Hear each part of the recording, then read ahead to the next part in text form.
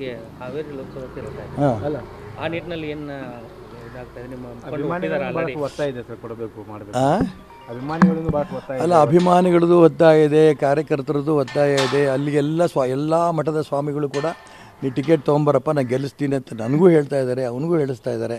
ಆದರೆ ಪಕ್ಷ ಏನು ತೀರ್ಮಾನ ಮಾಡುತ್ತೆ ಅದಕ್ಕೆ ನಾವೆಲ್ಲ ಬದ್ಧ. ನನ್ನ ಮಗನಿಗೆ ಟಿಕೆಟ್ ಸಿಕ್ಕರೆ ಅವ್ನು ಗೆಲ್ತಾನೆ, ಅವನಿಗೆ ಟಿಕೆಟ್ ಸಿಕ್ಕರೆ ಬೇರೆ ಯಾರು ಸಿಕ್ಕರು ಕೂಡ ಅವನ್ನೆಲ್ಲರೂ ಸೇರಿ ಗೆಲ್ಲಿಸ್ತೇವೆ. ಇಲ್ಲಿ ನನ್ನ ಮಗನಂತ ಪ್ರಶ್ನೆ ಒಂದೇ ಬರಲ್ಲ.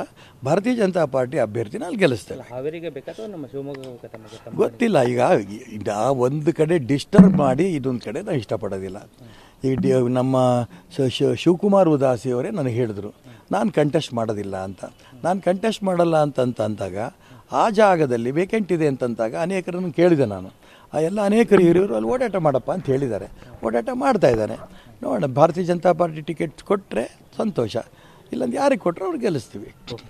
Thank you. ಹಾವೇರಿ ಲೋಕಸಭಾ ಇರುತ್ತೆ ಹಾಂ ಅಲ್ಲ ಆ ನಿಟ್ಟಿನಲ್ಲಿ ಏನು ಇದಾಗ್ತಾ ಇದೆ ನಿಮ್ಮ ಅಭಿಮಾನಿಗಳು ಒತ್ತಾಯ ಇದೆ ಸರ್, ಕೊಡಬೇಕು ಮಾಡಬೇಕು. ಹಾಂ ಅಭಿಮಾನಿಗಳಿಂದ ಭಾಳ ಒತ್ತಾಯ ಅಲ್ಲ, ಅಭಿಮಾನಿಗಳದ್ದು ಒತ್ತಾಯ ಇದೆ, ಕಾರ್ಯಕರ್ತರದ್ದು ಒತ್ತಾಯ ಇದೆ. ಅಲ್ಲಿಗೆಲ್ಲ ಎಲ್ಲ ಮಠದ ಸ್ವಾಮಿಗಳು ಕೂಡ ನೀ ಟಿಕೆಟ್ ತೊಗೊಂಬರಪ್ಪ ನಾನು ಗೆಲ್ಲಿಸ್ತೀನಿ ಅಂತ ನನಗೂ ಹೇಳ್ತಾ ಇದ್ದಾರೆ, ಅವನಿಗೂ ಹೇಳಿಸ್ತಾ ಇದ್ದಾರೆ.